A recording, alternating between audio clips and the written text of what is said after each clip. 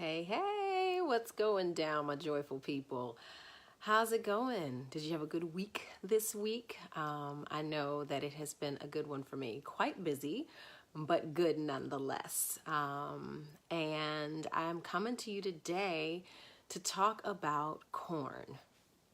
I know most people get really upset with me, especially my clients, when I try to tell them that we need to back away from corn. Hey, Giovanni, it's so good to see you, sweetie. Hey, Jose, it's good to see you. I just want to let you guys know that corn is one of those things that's a staple, right? People literally will eat corn chips, corn, tortillas or whatever that we use. Hey, Marguerite, so good to see you, babe. So it's like we do that, right? Hey, Brian.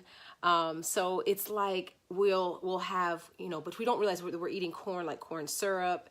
We're having corn in all kinds of things in our ingredients. Just pick up a box, like I say, and that's why I try to tell people, don't eat from a box because all kinds of stuff is put in there. Eat whole foods, things that you know what's going on with it. And so I'm going to give you 10 things that corn can do. And one of the things that people don't realize is that corn causes inflammation in the body.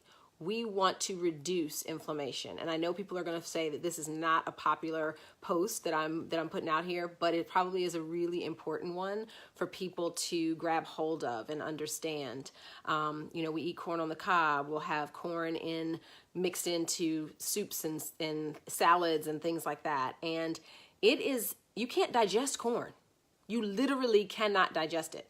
So, that's why people will say, well, why do I see this whole kernel of corn that goes through my digestive system, especially if you examine your poop, like what we talked about, I think it was last week. Yeah, those are things that you have to understand are huge. So first thing is that people don't realize that corn actually has a protein present that is indigestible, and some people are extremely allergic to corn. They don't even realize it. Hey, Michelle, so good to see you up there in Minnesota.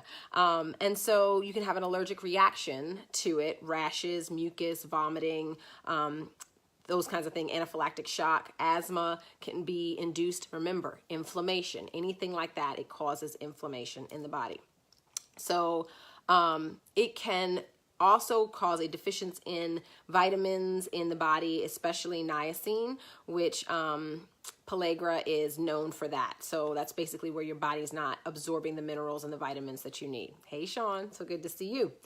The other thing is it's really not good for diabetics. And the reason why is because it is a really high carbohydrate count and it increases insulin. So I tell people who are diabetic that corn needs to not be in your diet at all. Not corn chips, not, corn on the cob, no tortillas and all of that kind of stuff that you're making for your Mexican meal. You're going to have to be like paleo Mexican meal kind of stuff. All right. So that's one of the things. Also know that it causes bloating and flatulence. And that's pretty big as well for people, because what happens is corn is a starch and it breaks down in the large intestines, and that literally will cause that bloating of the stomach and gas. And that's really not something we want, right? Where we walk around with big bellies and Putin all the time.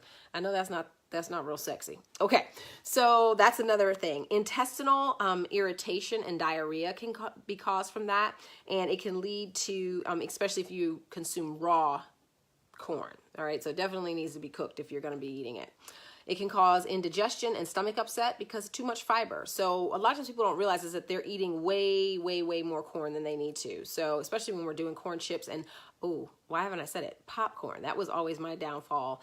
And I'm telling you, like every time I eat popcorn, or I did, it would be inflammation. And I'm like, no more, I'm not doing it. So just know that things will ache, and you can realize that even just taking corn out of your diet. But you got to be careful because it's sneaky. It gets in all of those packaged foods and things that we don't need to consume on a large basis or a regular basis. It can also lead to tooth decay.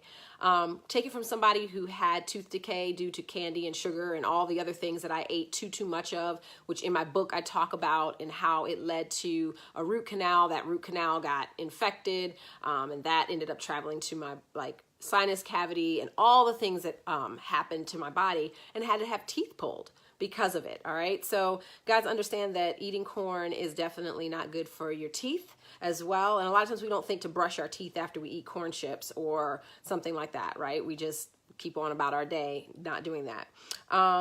Osteoporosis, because actually corn is lower in calcium. And a lot of times people, you think about it, like when you eat a fajita or something, you may have more of the corn chips, or you go to, a restaurant and you have the corn chips and you eat a lot of them. We don't realize that we'll fill up on corn or fill up on rice or fill up on things that don't really give us the vitamins and minerals that we need. And so calcium is a mineral that our body needs. And so we don't bring it in, and we snack on stuff that's not giving us actual nutrients to the body. It can also cause us an increase in weight. Why? Higher in carbohydrates. I've told you guys before, for those who have watched me and continue to watch, there are two forms of fuel in the body: sugar and fat. If you want to burn fat, you cannot consume too much sugar. Because what happens is when your body, the muscles don't go through the glucose stores, and it stores the glycogen into the liver, and the liver doesn't know what to do with it, and it pushes it into fat stores in the body. And if you're eating too much corn, you're not necessarily going to burn through all of that unless you are literally running marathons or doing things like that. And so you have an increase in weight. So you gain weight. The other thing is that it can lead to being lethargic, and that's just a big old fancy word for being lazy and feeling tired all the time, and it can cause drowsiness. So those are 10 really, in my opinion, good reasons to put the corn away and don't bring it back. But remember, you got to read those labels, because you'll have corn syrup and corn liquor and corn this and corn that. It's there. It's just there in our foods, and it's a huge profit maker for the United States of America. And I hate to say it. This is probably why it's not such a popular video, I'm sure, that I'll have here. But I will say that you need to be mindful of it. And, if you can't get rid of it altogether, just drastically reduce it. Remember, you cannot digest corn. So it was given to pigs to make them fat, and cattle and things like that. So it does the same thing for us, and it can cause, like I said, inflammation in the body. And we don't want inflammation, because inflammation is a precursor to disease. It shows that there's a disease state in the body. So, do you guys have any questions for me? I love, put them in the comment section. If you liked this video, give me a thumbs up in the comment section if you want more of them like this, or if you have some suggestions for me about what you want me to research and bring to you each week. I would love that, because I'm always looking for new topics. So hit me up in the comment section and let me know. But if you enjoyed this video, if you feel like you learned something and you think someone else could learn something from it, please share it out. Just take a second to hit the share button, maybe even write a little comment in there and say, hey, check this out from my friend Kimberly. I would greatly appreciate it. So remember to do all things with joy, and remember to share the joy with other people. I'm going to give a little plug to those in Greenville, and even those that are out of Greenville, because I have people flying in from different parts of the country, Texas and New York and DC, and some Atlanta folks coming in for Fiercely Feminine, which is on the 23rd of March, guys, and it's going to be here in Greenville, South Carolina at the Marriott Spring Hill Suites and Residence Inn. And guess what? The sale ends on 3/15, a week before the event, a week and 1 day before the event. So don't delay in getting your ticket if you are coming, because I promise you, I can't do that. Okay, so someone said something. Let's see. You asked me, could you post some corn tortilla? Yes. Okay, so I will definitely post. There are two things that I'll tell you. The first one is siete chips, which is cassava, and a couple other things that are non-grain chips. Love those. Love, love, love them. I actually love them more than corn chips. I do not like the flavored ones, but the one that's just the avocado oil and sea salt, mwah, love it. Then the other one is a plantain chip. So I know Trader Joe's makes a great one. I like that one a lot. I know that I think the Terra Chip Company, they make them as well. I like that one a lot. So you can do that.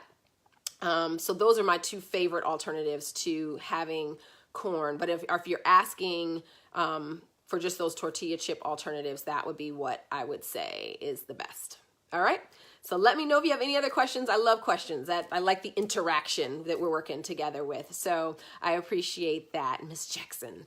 All right. So if there's nobody else that has a question for me, please know that you can ask a comment if you're doing a replay. Like if you're doing it live, you can hit live. If you're doing the replay, hit replay, and I will make sure that I answer any questions that you have. Love you guys very, very much. I hope I get to hug your neck if you're in Greenville, or even if you want to fly in for Fiercely Feminine 2019, Cultivating Imperative Narratives. All right, remember, do all things with joy and share the joy. Peace and blessings. Give your passion and purpose to the world. Bye-bye.